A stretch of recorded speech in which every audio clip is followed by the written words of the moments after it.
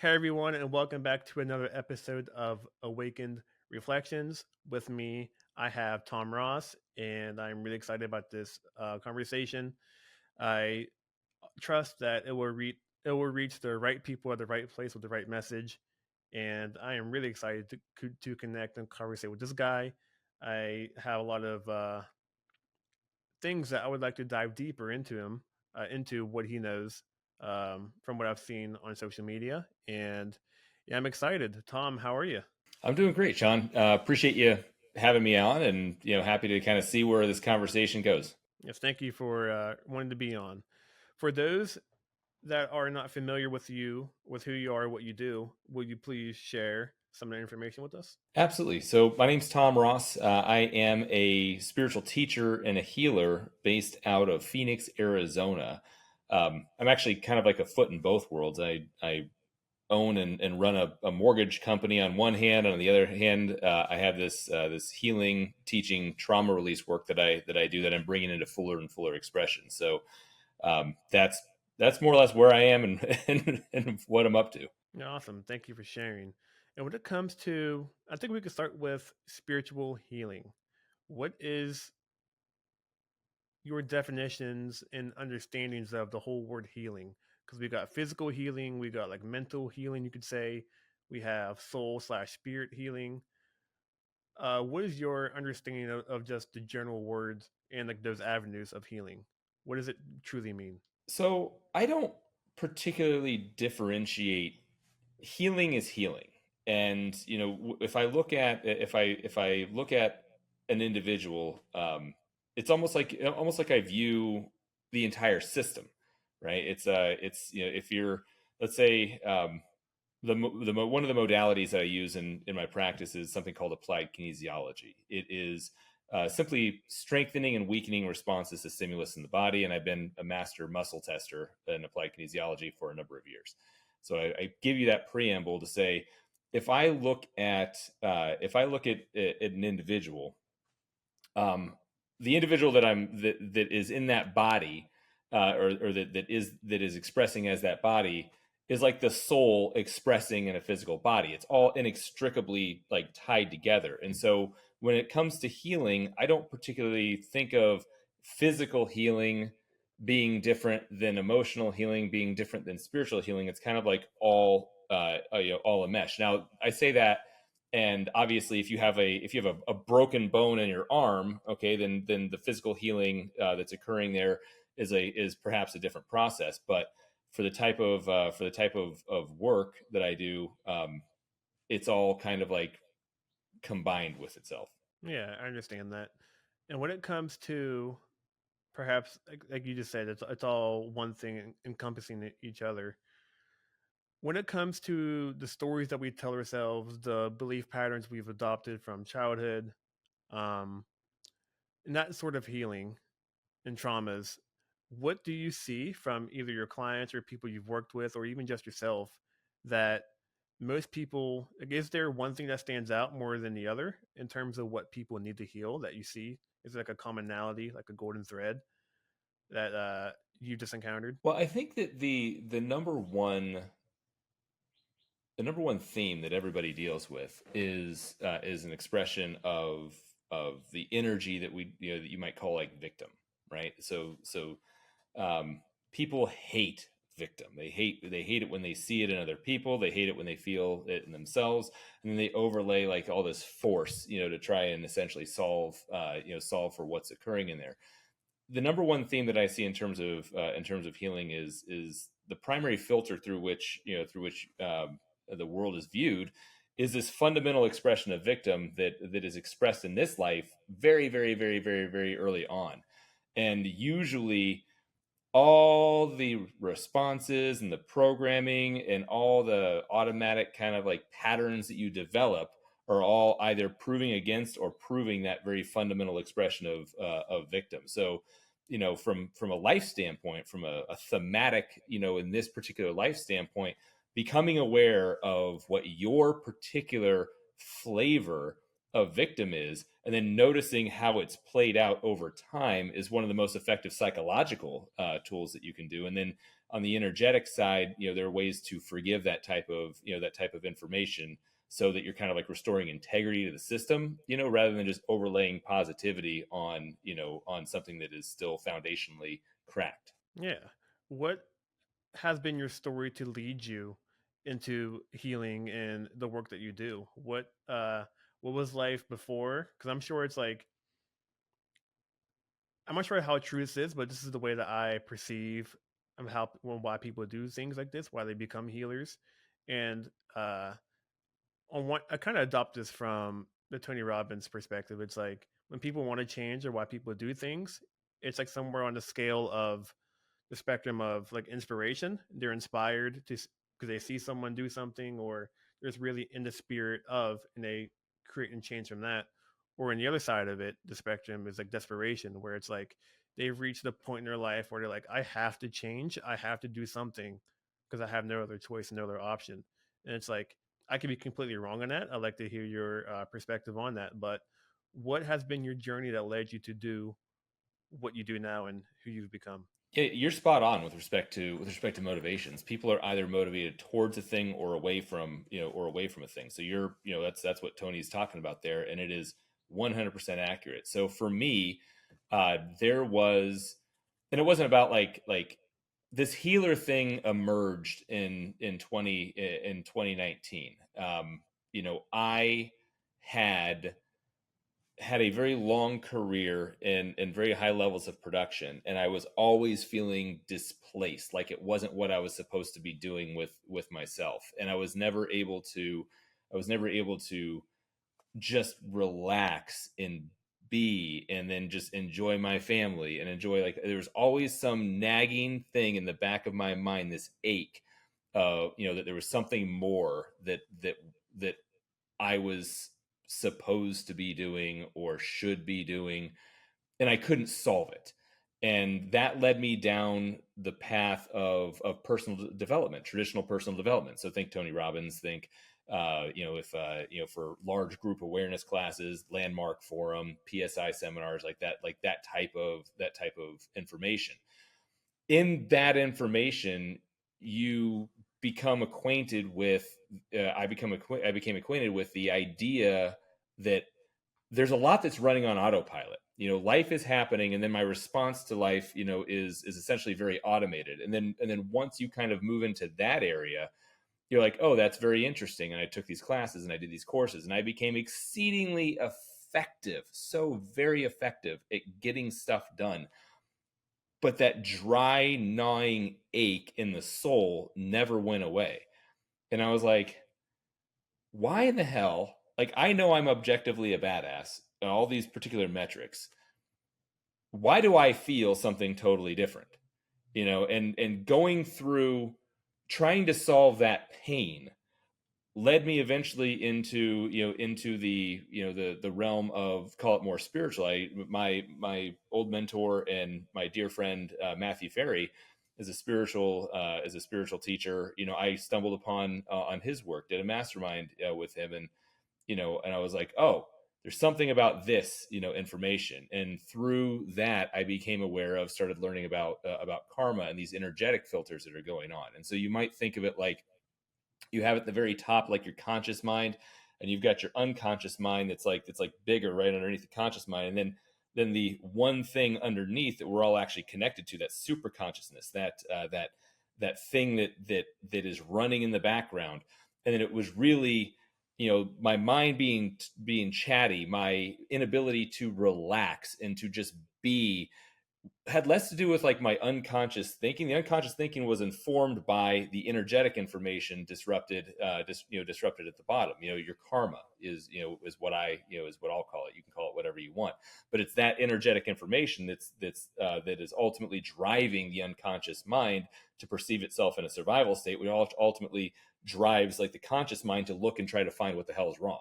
So for me, it was very much this idea of trying to soothe and trying to resolve a deep existential longing that moved me into the realm that I was. And so uh, my mind went quiet in 2017. After my mind went quiet in 2017, I continued to pervasively go into the work that that I could find, still heal whatever else I could find. In 2018, I started feeling in other people the information that was disrupted, that was affecting them, and that was very confusing. I was like, is that you? Is that me? What's going on? I couldn't figure it out. It took me a year to learn how to manage my sensitivity, and then 2019 was when okay, now I am able to differentiate you from me in terms of like what I'm feeling. Maybe I can help somebody. And I took a friend that was going through a very traumatic experience, and kind of like mapped out through the process that I do, information, had him forgive it, and then he had a complete release of symptoms which had previously been kind of like almost like stroke like. But that idea of moving towards healing, that was less of getting away from something, me quieting my mind, me becoming moving into this kind of like higher state of awareness. That was a result of trying to get away from the pain. Healing was something different. It was just kind of like what I am. I've always been a teacher. I've always been, somebody who's tried to help, like help people. And so like that aspect of just like the part of the soul that expresses itself in that way, healer's just part of me, and then once like the sensitivity and these tools emerged, I was just like, it was just a practical thing to want to reach out and try to help people from that perspective. So you asked a simple question, but it's kind of like it's like both, right? It's the move away from pain, but then it was something else also. There was the inspiration on the other side of it. Yeah, amazing. Thank you for sharing that. Um, when it comes to healing, is it suggested that in order to really heal from everything that's been causing pain, suffering, is to address it at the root? And at the root, is that what you consider the karma, like the energy behind it? Is that what is suggested to heal first? And does that create the ripple effect from there of everything else that gets healed instantly as soon as you heal that? That's a phenomenal question. And generally speaking, if you heal the root of a thing, then it absolutely, it's like dominoes falling, and things tend to resolve. Now that said, psychology matters. Your the ability to be a highly functioning human being very much matters. And so you can heal a root of something, but if the psychology is in a survival situation, you're going to find something else, right? Your patterns are your patterns are your patterns. So it's not like karma at the expense of psychology. It's actually integrating the entire thing, so that way when you address the root, the conditions are present in life where you can be unaffected, and not stumble back into variations on a different pattern, right? So, and sometimes let's say it's a bottom down. Let's say somebody comes to me and they're they this happened maybe about 2 years ago or 2.5 years ago. Their ex-spouse started dating someone else and they lost their mind. And this was somebody who was very highly trained at the height of like neuro-linguistic programming, a mastery level coach, like this individual, and they just could not get themselves feeling like how it was, but they were, or how they know it should be, but they were very effective. So for that, it was a great example of like, cool, I just went in and I found the underlying information, the karmic information, held it up, they forgave it, and then all of a sudden, boom, they were good, and checked in with them a week later, month later, 6 months later, never had a recurrence. It was fully resolved. But they were already super aware. The other way to go for somebody who's just starting on their self-awareness journey is go top down. Like when so if you can meet the idea of psychology, meet it there. It's like, oh, I always seem to find myself in a relationship that sucks, or somebody who treats me bad. Okay, great. What am I accidentally making that mean about myself? Oh, well, I feel like I'm accidentally making it mean that I don't deserve somebody. Okay, cool. Well, let's go ahead and just forgive and release the fact that I don't deserve someone good. That doesn't make any sense. Like maybe I should treat myself well. And you can start at the top down, the psychological, and if you need to get to the deep karmic information to resolve it, great. There are avenues to get there. You can. There's work like that I do. There are all kinds of modalities that involve psychedelics. There are all kinds of there's hypnosis. There's all kinds of different ways to try to get to some of what I do. One's not better than the other, but it may not be necessary. If you just want to like have a good relationship, it doesn't mean like cool. You have to go soul rotor rooter to get there. It's not that's not the case. You might be able to just meet it at psychology and then just go fricking live your life and have a good time. How would you suggest to help people to help them discover those unconscious triggers, those limiting beliefs, those negative patterns, those traumas, if they can't do the work themselves? Like, what is something that they could do or that you can guide them to do to help them uncover whatever is blocking them in themselves? So the way so for let's say somebody who's not going to go do, let's say some kind of psychedelic experience, they're not interested, that's not their thing. And by the way, that wasn't my thing either. So everything that I did was through contemplation, meditation, and forgiveness. What I would tell somebody is you can follow the feelings when you are still, and you're like, why do I feel the way that I feel? I'm feeling a certain way. As soon as I can become aware that my feeling about a thing is a reaction, then I can ask myself, what am I reacting to? Okay. And if you ask that question enough times, like what am I reacting to? What am I making this mean? Eventually you'll find something that is hard, that is resonant. And then from there, when you found that hard resonant thing, you can begin to forgive it. And forgiveness is a superpower that every human being has. There are a variety of ways that I will release karmic information, none of which are special or required. It's just different tools or techniques. Forgiveness can absolutely take out anything. So you can forgive very specifically information which impedes your experience of life. You just have to you have to be willing to ask the question enough times to get down to your base level of what's going on.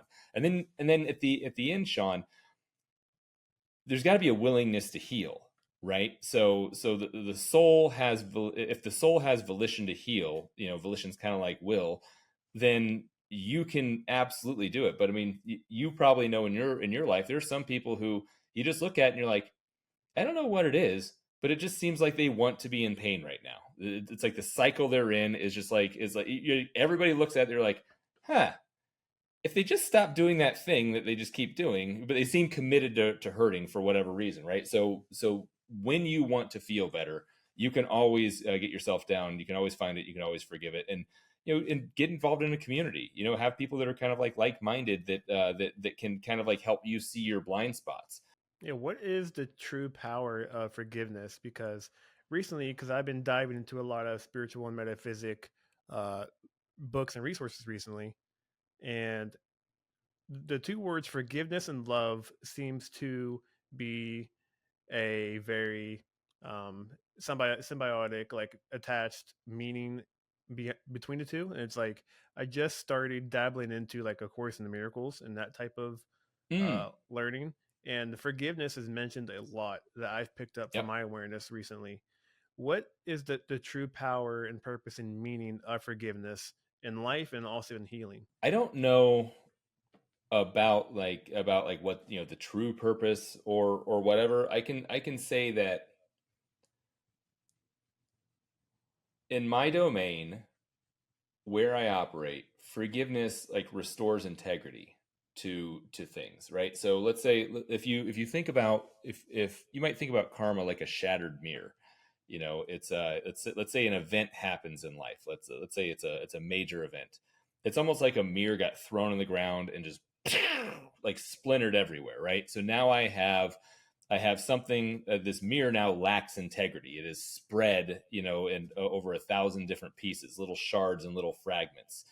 Um, Forgiveness restores integrity and brings back into a state of oneness, like that fragmented information. Now, it may not be like I forgive it one time and it's all there. It's kind of like, no, I forgive it, and then all of a sudden it moves in a little bit. Then you forgive other little pieces and a little parts, because if a trauma happens to somebody, it's not the case that it's the one thing. It's like, it means this, and it means this, and it means this, and it means this, and it means this. It's like all the different meanings that get assigned to the trauma, and so you forgive all of that information. You bring into wholeness and integrity what was shattered or broken. So that I don't know if there's an integrity restoring aspect to forgiveness. There's also a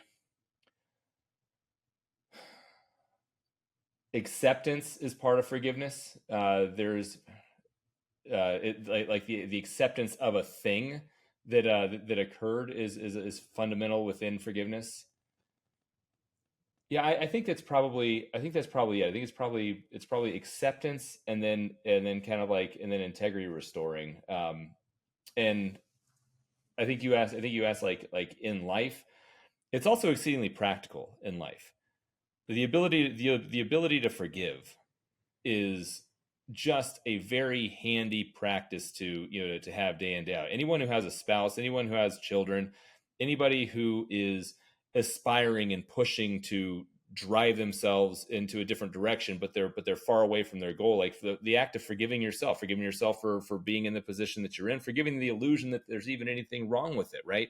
It's like forgiveness applies in every possible domain of life, not just in this deep spiritual way to raise consciousness, to restore integrity to karmic information, but literally just to function at the highest level. And then to your point on love, I don't believe forgiveness is possible without love, um, because it is an act of love to forgive oneself or to forgive something else. So love on its own does not forgive, but you don't get to forgive without love. And the other thing about forgiveness I like to say is, like, forgiveness is not condoning. Forgiveness isn't making okay a lack of, like, a it doesn't. If I forgive you, let's say you do something atrocious to my family. If I forgive you, I'm not condoning the behavior. What I'm doing is I'm releasing and restoring integrity to the fact that a thing happened, and I'm no longer going to hold it in space or hold a grudge on it, and I'm going to restore integrity to myself, on that. Forgiveness frees you. It doesn't free the other person. Me forgiving you doesn't free you. Me forgiving you frees me. Frees me to be able to move on. You forgiving you will free you. So, would you say is it one or the other? Or is it both in terms of forgiveness? Is it forgiving what the other person has done, or is it forgiving the story that you attributed to what the person has done, or is it both? Yeah, it's great question. So it's always the meaning I've assigned to it, right? So you're always forgiving the meaning. Um, yeah, no, it's because when you're forgiving the meaning, then the forgiveness of you as the individual is already it's already done. It's already taken care of. Once I've resolved the meaning that I accidentally created, there's nothing else to forgive. On your side. But if I try to forgive you without actually owning the meaning that I created and forgiving that particular meaning, then I'm unresolved. It's Mhm. the forgiveness isn't complete until it's internal, because the reality is that I'm creating the world that I'm experiencing. So you're only ever forgiving, to a certain extent, you're only ever forgiving yourself. Yeah, that's very powerful. Yeah, thank you for explaining that. It makes a lot of sense. Um, Earlier when you mentioned the term meditation. I like asking people about meditation. What has been the relationship between you and meditation, and what style or types of meditation that you've experimented and seems to be the most beneficial for you? For me, my meditation practice is contemplative most of the time. Meaning it's not just kind of like a void nothing type of meditation that some people do. It's usually me interrogating, what I'm experiencing in certain ways. I am not a master of meditation or the various types of meditation. I aspire to create the space in my life to do one of those 10-day Vipassana silent meditations. I think that would be amazing. What works for me is stillness, being quiet, like being with my thoughts, noticing, and I use a term again, like follow the feelings. Like if like every morning I'm up, and by the way, I don't recommend this for everybody because this is just something that works for me. Um, every morning I'm up, I'm on the couch, and I'm meditating for about, call it an hour to an hour and a half. But my meditation is my sensitivity, the way that I experience the world is very, very, very, very just acute. Like I just very.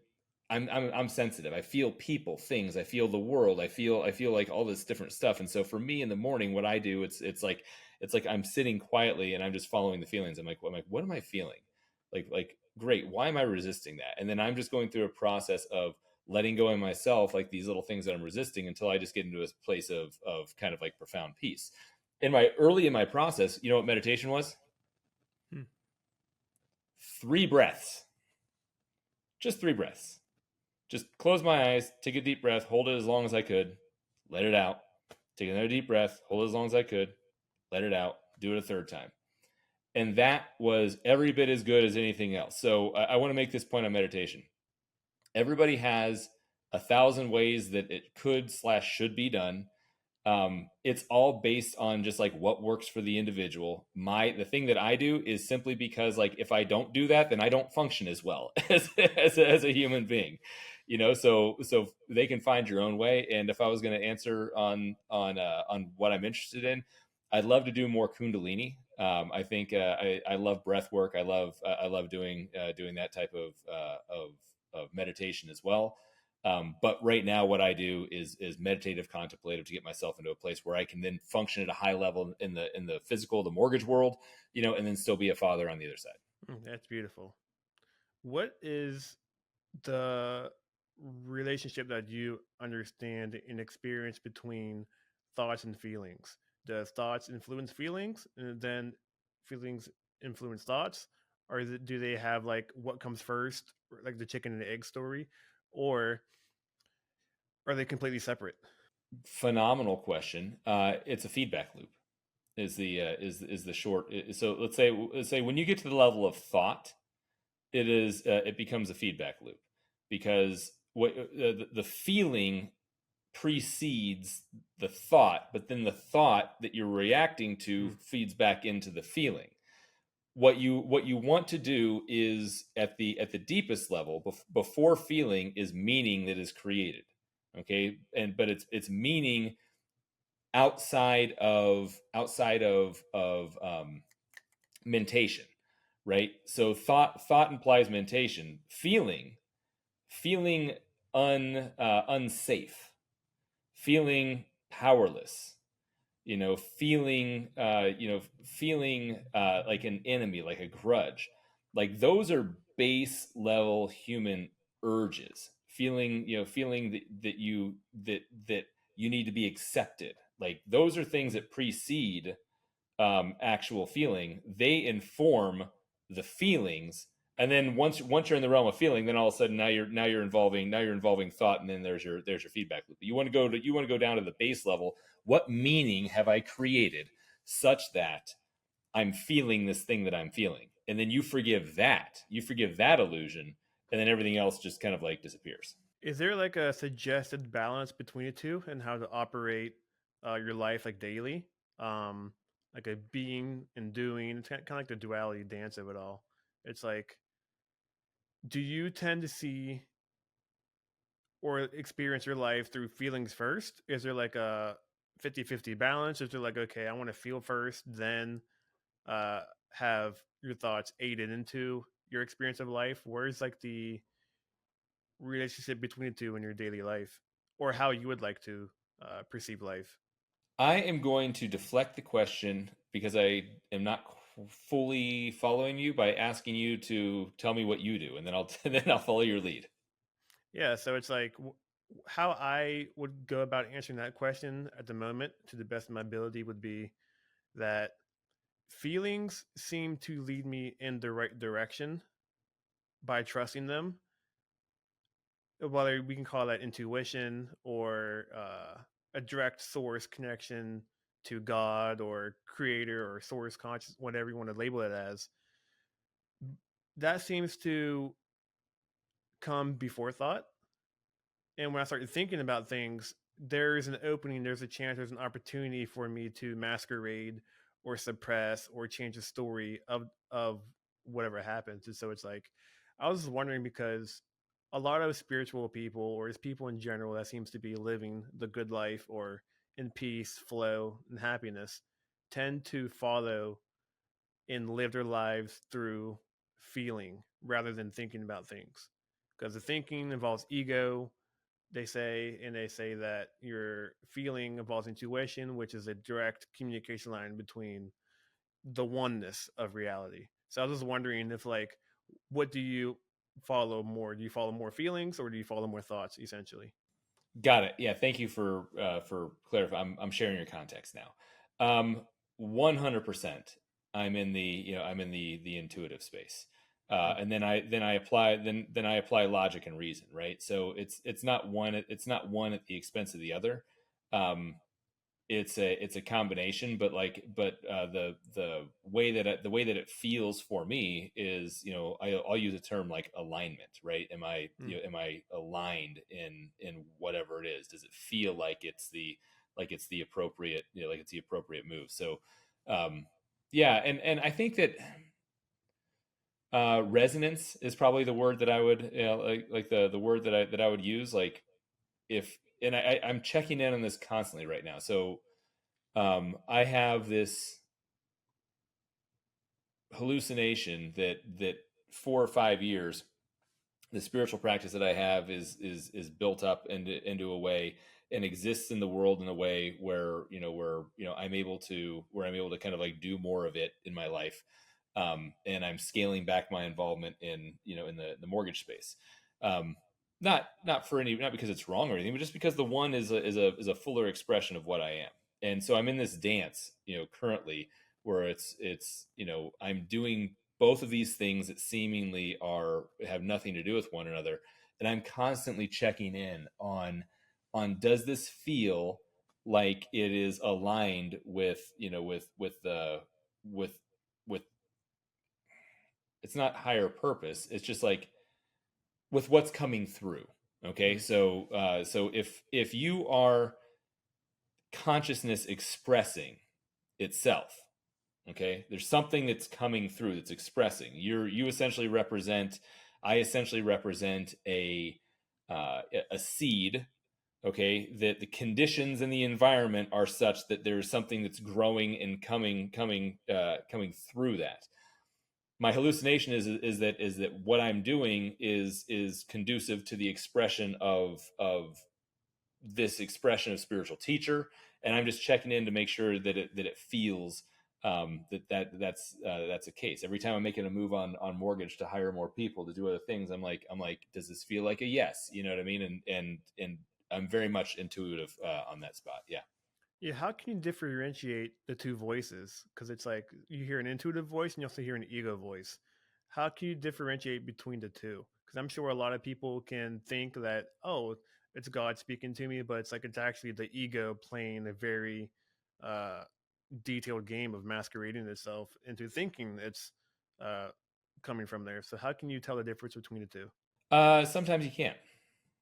Mm, I mean, it sounds like it's a, so there's a couple of things to consider here.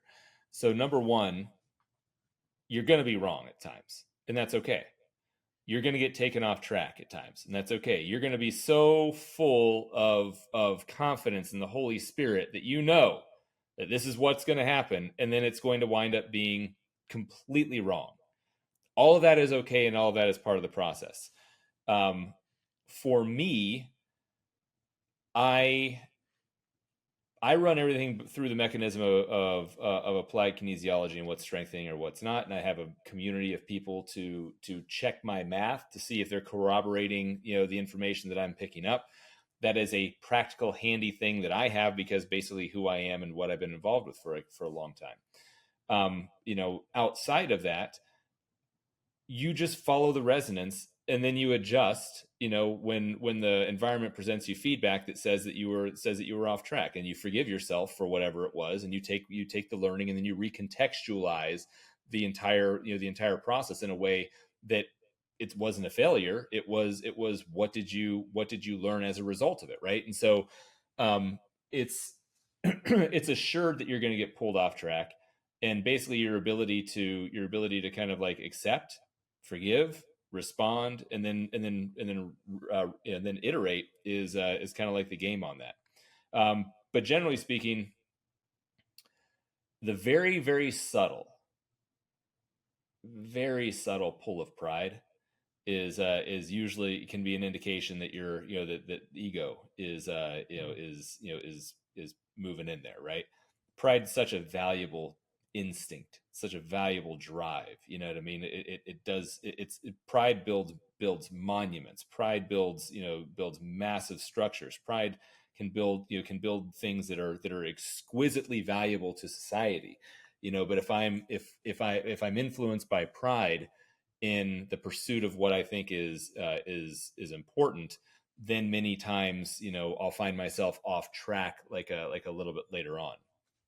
And the other thing to know, especially for people who are going through like a spiritual process or spiritual awakening, is like, damn, Shaun, like it feels so good and it feels so much better than how things used to feel, that like you just want it's like you want more of that. And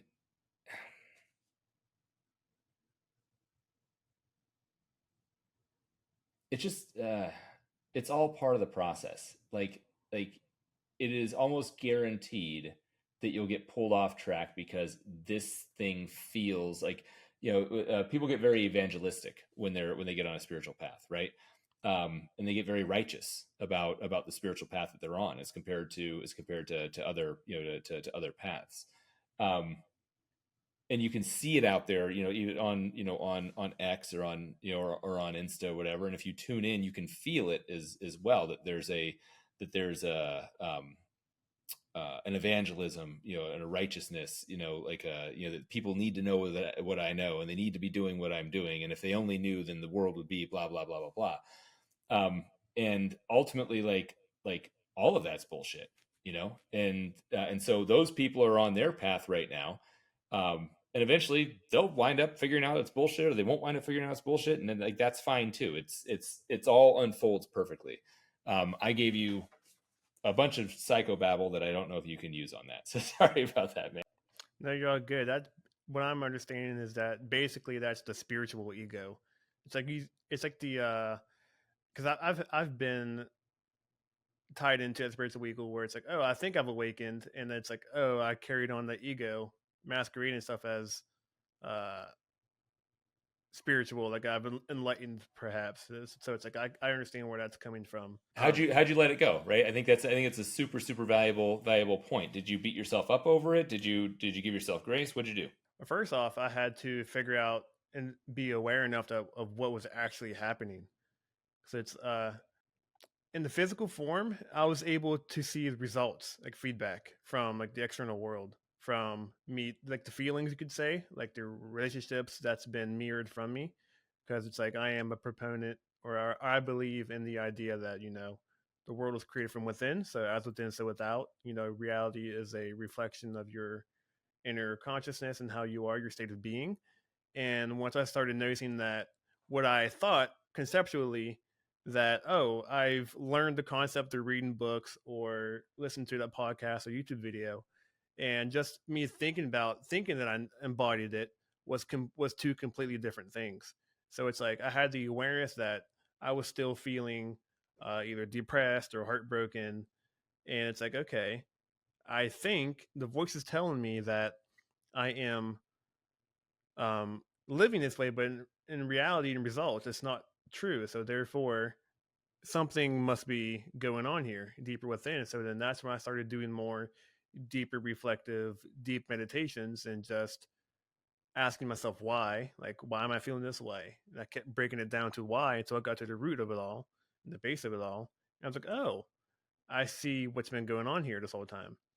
And that's basically how I figured out how I got out of like the spiritual ego into really seeing the truth in it all, which it also brought in forgiveness, acceptance, because that involved a lot of like shadow work, inner work.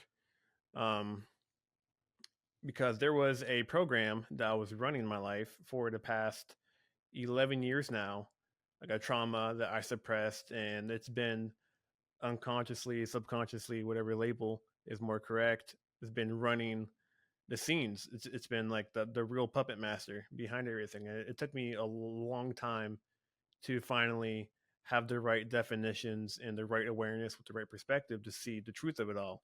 And so that's how I believe I've accomplished that. So to be clear, so you were digesting and internalizing a lot of spiritual information. Yep. You had a hallucination based on the intellectualization of this information that, oh, I'm X. This means X about me.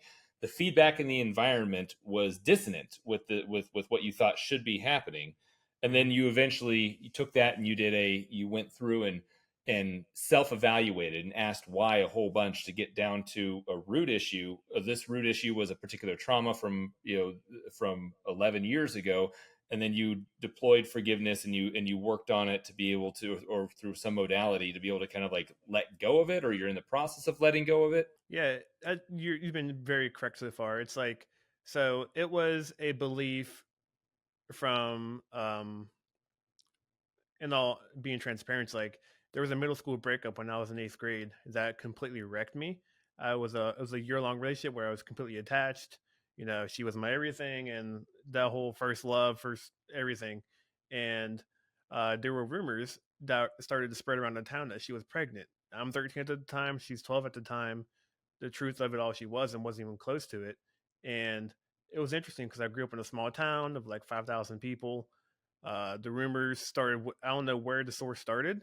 I've heard different um, stories of who started it, but it spread to the football team, to the my best friends, to my family members, to strangers throughout the town, to the teachers, and it got really bad to where my parents basically forced us to break up, and I never had a chance to defend myself. And so then, upon this reflection that I've done recently, when I didn't feel heard, I didn't feel seen. When I didn't feel seen, it felt like I wasn't worthy. And when I didn't feel worthy, it the resonant feeling belief that developed there was that I don't matter. And about a month or two ago, I finally had that realization. I'm like, oh, this is what's been going on this whole entire time. And it's like I've been able to spider web, like connect all of the different outcomes of my life from that point on as to why it's like, oh, it all stemmed from this belief, this program that I developed at that time of I don't matter, from relationships to finance stuff to job opportunities to health, wealth, expression, all of that stuff.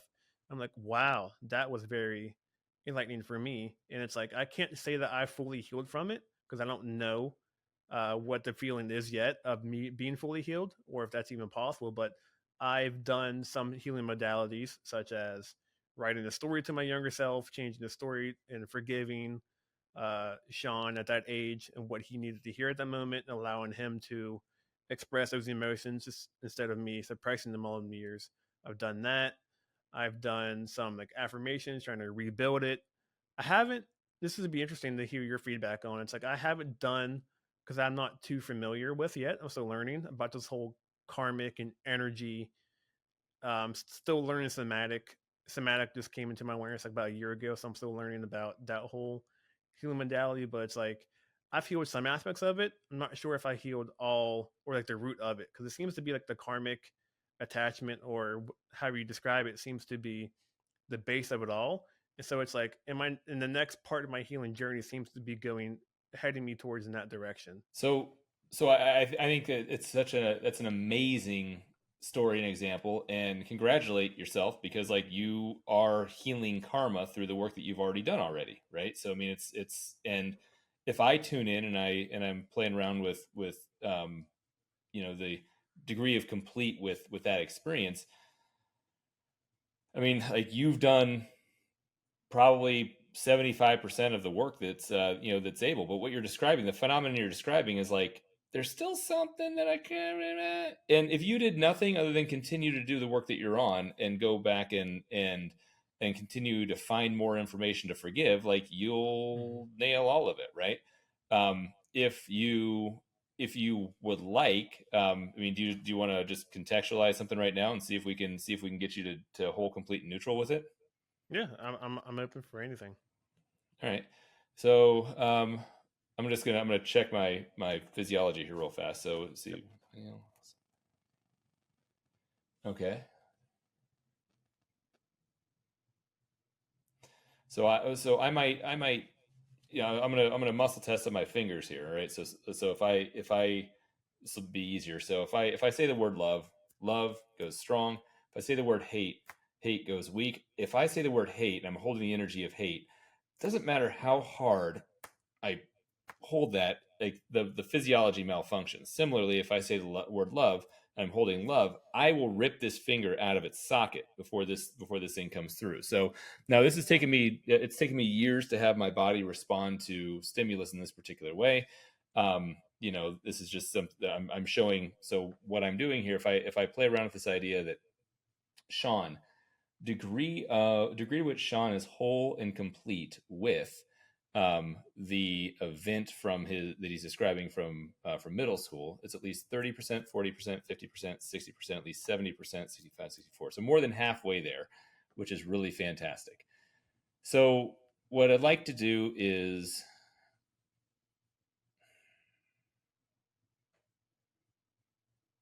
and this is where I'm talking about. So when we talk about like we throw a mirror and it shatters into a bajillion different pieces. Um, you with her, any more work to do with her doesn't test. So like the her part of this, is complete. If I'm playing around with like Shaun with him, um, more work to do with him. Like you with yourself in that particular part feels complete. You with uh, like society, and culture, like that's weakening. So Shaun with society and Mm. culture in that spot like is like weakening, right? So I don't know what that means, but it's like so the mirror gets thrown and then boom, it splinters into a bajillion things. That there may be like five, four, three, two more things, two more themes to work through for you to kind of like resolve that information. So let's go ahead and if you don't mind, let's go ahead and close your eyes real fast. Okay, I want you to take a deep breath in. I want you to contextualize through the top of your head, just white light pulling in. And we're just going to set an intention for enlightened consciousness to flow through, to experience the purity of consciousness, to know all is well, and to accept human as it is. And that's essentially a communication to the soul, like the soul that we are, accept human as it is, which includes all the complicated things that come along with being human, like organization, structure, and society, and judgment, and all of these different things. So I want you to go ahead and pull yourself up in your mind's eye from that particular point in time.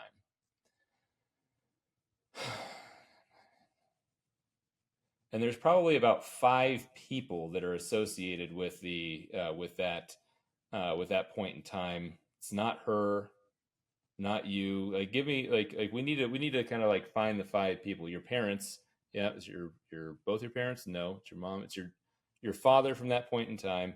I need five. I need four more people. Give me four more people from that point in time. We're gonna locate them all here. Yeah, it seems to like when I've done the reflections upon it to this point, it's really been from my parents and perhaps her mother. Her mother's in it. Yep. So you got your dad, you got her mom, three, two, and for anybody watching or listening, I'm testing on my fingers as Shaun's talking, but it's out of camera. So your dad, her mom, and five, four, three more people. Her other parent, no. So who else is in there? Who's in the group? Hmm. It seems everything else is very distant at the moment. It's all right. Hmm. Anybody associated with school? Anybody? Any peers? Any friends? I had one best friend, and to this day, he still is my best friend. That was uh, along the journey with me, right? I was able to see it and understand it from my perspective of Perfect. everything. So he's in there also. Okay. And the one thing I want to make note of is it doesn't mean that that there's stuff that things feel bad. It's just simply a matter of like it's almost like a group that's just kind of like tied together in some particular way. So he's there. Two more people. So just kind of like go into that kind of like unconscious space and just think of people that pop into your head, and I'm gonna just test and see if it's see if it is kinesiologically strengthening. My sister. Yep, your sister. We need one more person. Who is it? Interesting. There is a boy that she started dating immediately the day after we broke up. The boy. Yeah, it tests. Okay, cool. So the guy she started dating, your sister, your dad, her mom, I think you said, and then your buddy, right? So Hmm. that's the group.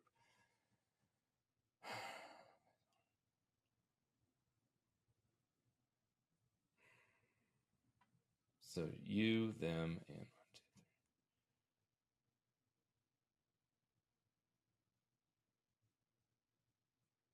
Did you feel? Did you ever feel like you know? I mean, I don't know if you'd label it like that, but like persecuted in this in that whole thing. Was it like a persecution type of situation? Absolutely. I felt like the whole entire world was against me and not willing to allow me to share my truth. Yeah, awesome. So you, them, persecution, relevant to this lifetime, or at least this block, right? So when we think about like karma, we think about like maybe not located here to this lifetime. You're experiencing it through the filter of a of a lifetime that's not necessarily this one here. Imagine maybe four versions of you ago, something like that. So you, them, that. All right. So I want you to go ahead and imagine yourself in like in a kind of like a field, if you will, and you've got all of them kind of like around you. You guys are kind of like in a group together. You're bound together in this kind of karmic way, and I want you to go ahead and kind of like look at them as a group, and I want you to imagine that it's not just them, but each of you are like the tip of a pencil, and you're meeting at this particular point in time, but there's 1,000 versions of each of them behind them. There's 1,000 versions of you behind you. And some of those variations are agitated by by what occurred here. So I want you just to go ahead and start just please forgive and release me as you're forgiven and released by me, and just kind of like go through in your mind, in your head, in your mind's eye. I want you to kind of like look at them. I want you to contextualize them as a group and forgive and release them as a group. I want you to forgive and release them for other times where there may have been like persecution in some particular capacity, spiritual persecution, persecution for something wrongfully done. I just want you to go ahead and just please forgive and release me as you're forgiven and released by me, holding that context over and over and over in your mind's eye real quick.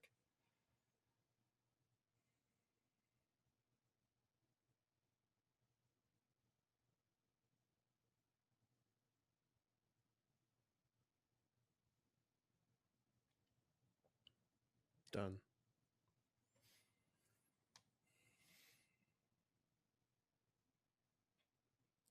All right, so let's see here.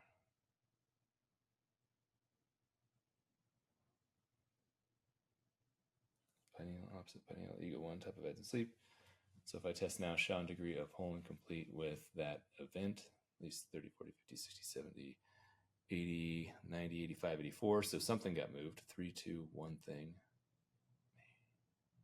Combination still.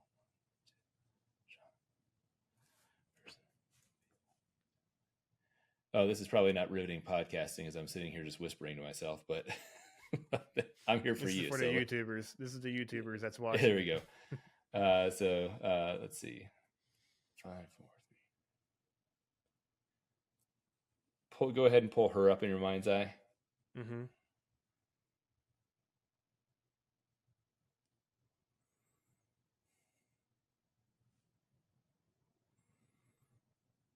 Forgive and release any lingering, subtle idea of of betrayal in that entire situation. It was unfair. It was unfair for you. It was unfair for her. It was unfair for you in combination. For you guys to be in that position together.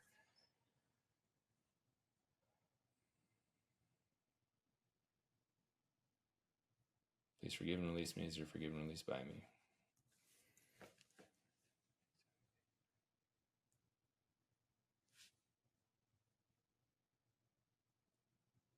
We go ahead and forgive and release the need to vindicate yourself, to prove yourself right. Such a natural response, right? Like this idea of when injustice has been done, to take a stand, right? To make them believe, to make them understand. It fixes you and it fixes your position in the past. And it's not necessary. The only reason why that impulse is there is because there's the illusion of survival that's present. Your survival is not jeopardized. A thing happened. I accidentally made it mean a bunch of stuff. And then there's still this position of should have been, need to prove, whatever, that's still there. I want you to any vein of needing to protect yourself or justify or make right, let it go. Forgive and release it.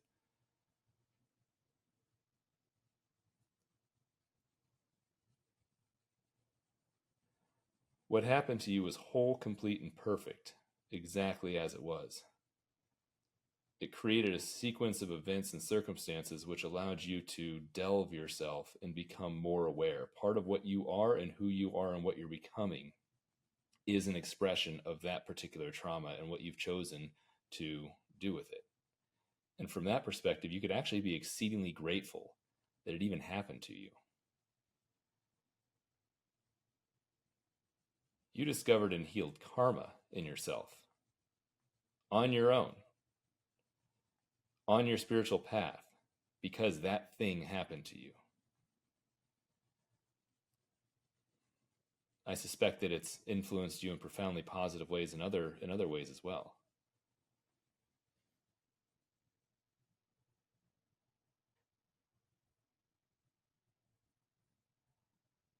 Let go of the ego.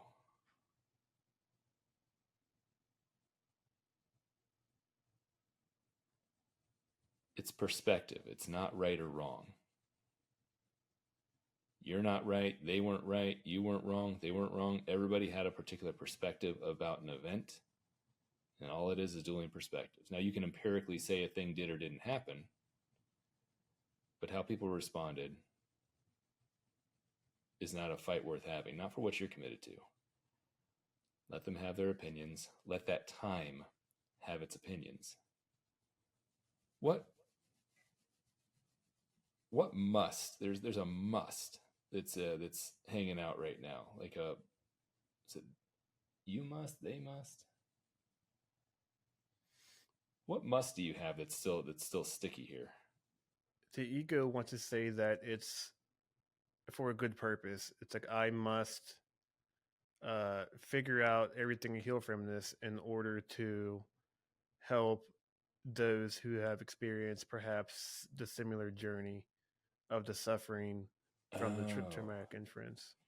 yeah. What an amazing example of how a well-meaning intention subtly containing importance or pride can keep you fixed to a position, right? Like forgive and release the illusion that you must do that.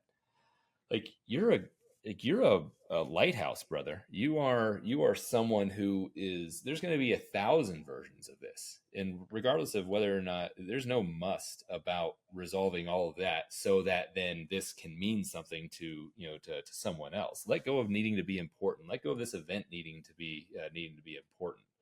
Forgive and release the illusion that you must do anything with this. You're going to have 150 different other ways There's no need to fix your position with this event because of that must. And if we're being really honest, even what I'm doing, I don't know. I can't prove any of this. Like all we're doing is we're plumbing the depths of energy, information, karma, which is all dogmatic conjecture, and we're doing our best, and we're utilizing how we feel as a feedback mechanism. There's no importance to it. There's nothing that's significant that needs to, has to, must, or should be done. There's nothing to prove. Oh, you finding the information and resolving it is not going to mean that this is real. Forgive and release the illusion that you must find it so you can prove that you're on the right track. Let go of it. There's nothing that needs to be done.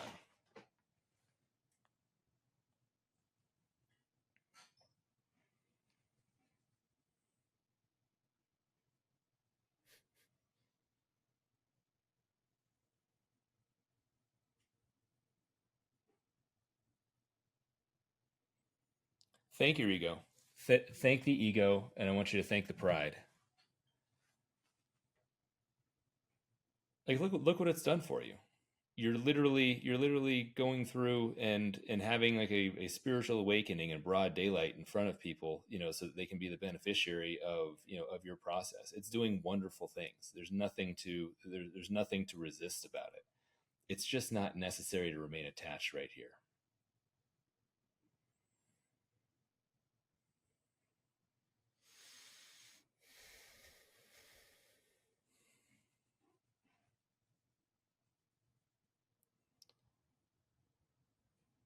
All right, so do me a favor and give me kind of like tune in real quick with the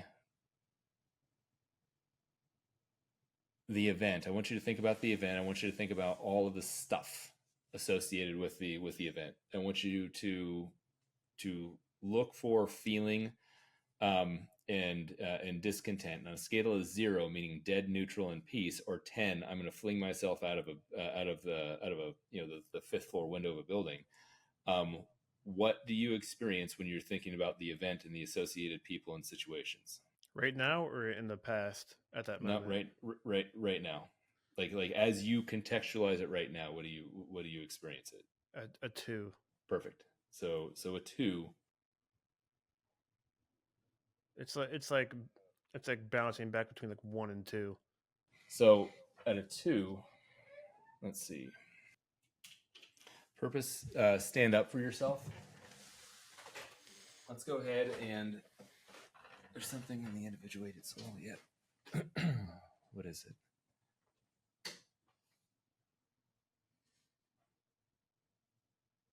So in consciousness, there are like logical rules that are dogmatic, in nature, and these are like, you might consider them like shared group context. When a group of people have enough of a shared context in place, it's like a hack to the collective human consciousness, and I call them like a logical rules. There's a logical rule that's running right now that's still present, which is like stand up for myself, or I have to stand up for myself, some version of that. So you might consider like forgiving the illusion that it's necessary to protect yourself and stand up for yourself. Like there's still a portion of you that's looking to kind of like justify, make right, purpose, to prove, to validate, to prove, etc. So it's up to you. If you want to get yourself down to a 0 and dead neutral, we can do it real quick. Or if you just want to kind of like move on, we can move on. However you want to experience it. I know I just hijacked your entire podcast, so I apologize. And I have a client that walked in the back door, a minute ago. So my true apologies for it. Yes, if you have the availability and it feels right for you to do, then I accept. Yeah, no, 100%. So if this illogical rule was going to exist somewhere in like around you in let's say in the aura area, like around you, like where would that be? This idea that I have to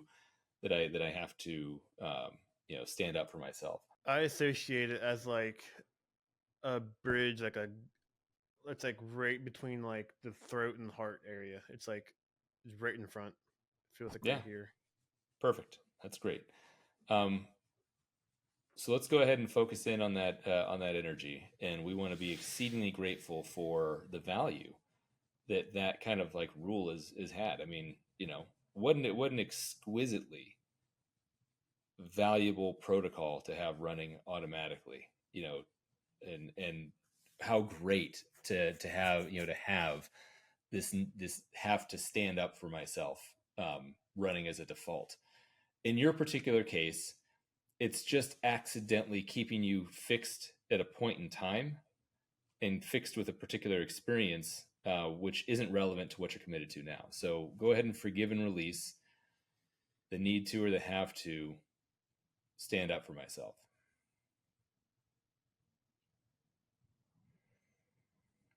You can always bring it back. You can always deploy it where it's necessary, but it's not necessary here to keep you connected to the past.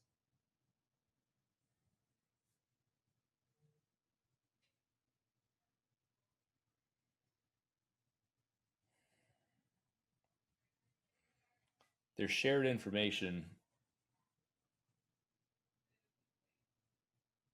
It's almost like a mental framework that's running as well. It's in that spot.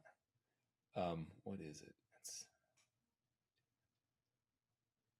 another must. It's not the must from earlier. It's a must from the perspective of that life, of that point in time.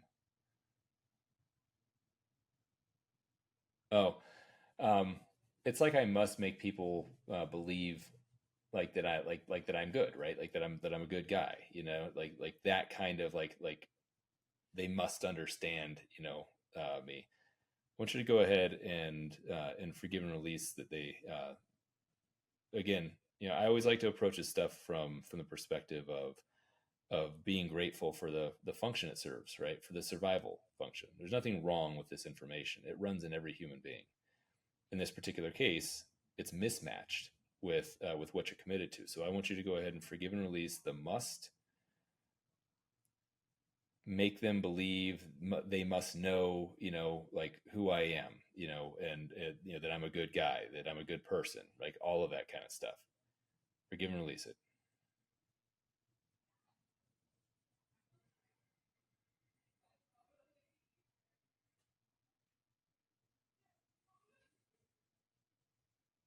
That kind of information that gets shared with people, and then you get caught up in each other's energy.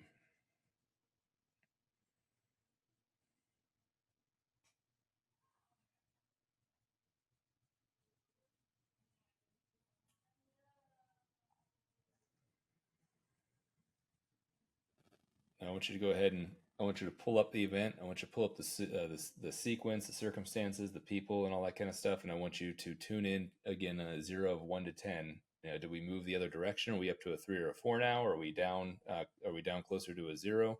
0 is peace and neutrality. 10 is I'm going to throw myself in front of a bus. Where are you now? 0. Okay, so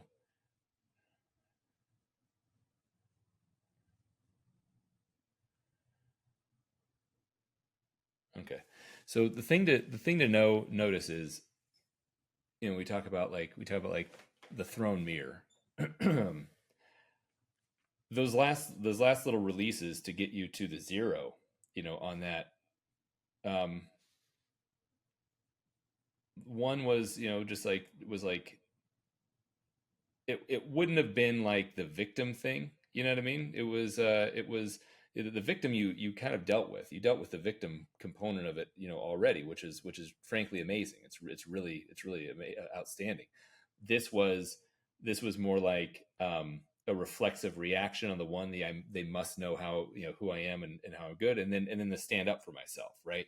So a lot of times when you're experiencing karmic information, um, you're experiencing, it's if I'm still not completely neutral or resolved with the issue, it's not the thing that I think that it is. It's these ancillary little pieces that are keeping me stuck Mm. to that point in time. So take that into your practice, right? And you said you're getting into somatics.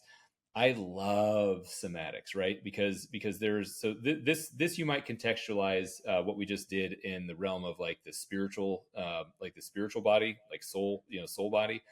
There still may be actually there is absolutely emotional body information, still associated with that, like that you have the ability to kind of like release. Somatics are a great mechanism to do it. You can take this thing that we just did, right?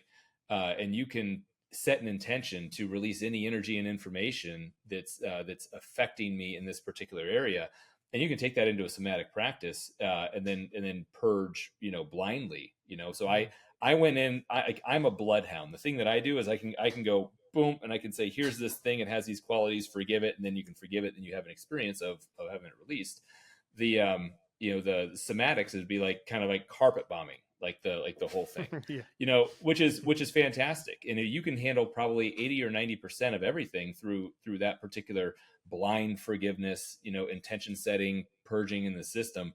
And there's only very few things that you need to be able to actually bloodhound, and go find specifically. And for that, you can follow your feelings until you find the resident information, or you can get together with somebody like myself, who has that ability to go to suss that information out.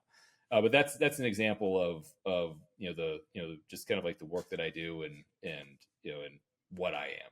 Yes. Thank you so much. I can't even put into words how thankful and grateful I am that you were willing to share your time and energy with me for that practice. It means a lot. Yeah, no, I appreciate very much having me on, and I'm excited because like I'm in the becoming, right now.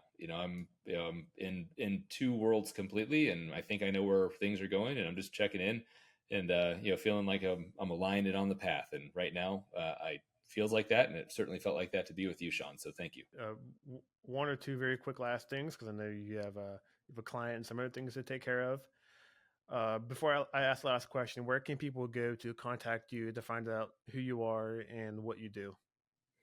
As the Tom Ross Talks is my X handle. X is the easiest place. TomRossTalks.com is a website that I put together in 2022 when I came back from a sabbatical year, and kind of burned down one old life, and launched the new one. When I say burn down one old life, I want to be clear. I didn't burn down my family.